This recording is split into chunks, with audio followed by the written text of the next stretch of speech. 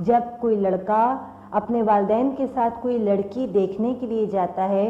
और वो ये चाहें कि इस घराने में हमारी शादी हो जाए, तो उसके लिए इमाम फरमाते हैं कि बेहतरीन अमल ये है कि सूरह तौहा को अपने साथ लिख कर अपने साथ लेकर उस घर में जाइए।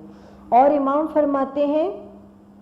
कि जब आप ये चाहें कि आपकी बेटियों के शादियों में जो रिश्तों में जो रुकावटें होती हैं, बंदिश होती है, उसको कैसे तोड़ा जाए, तो इमाम जाफ़र सादिक़ अलैहिस्सलाम ये इरशाद फरमाते हैं कि सूरह तौहा को किसी कागज़ पर लिखकर उस पर पानी छिड़किए और उस पानी को इस तरीक़े से अपने चेहरे पर पूरा लगाना है। इसका एक बेहतरीन और आसान तरीक़ा मैं आपको और बताती हूँ कि आप सूरह तौहा को किसी पानी पर पढ़ के दम कर लीजिए और उस पानी से अपने चेहरे को मुस्तकिल बार बार धोते रहिए।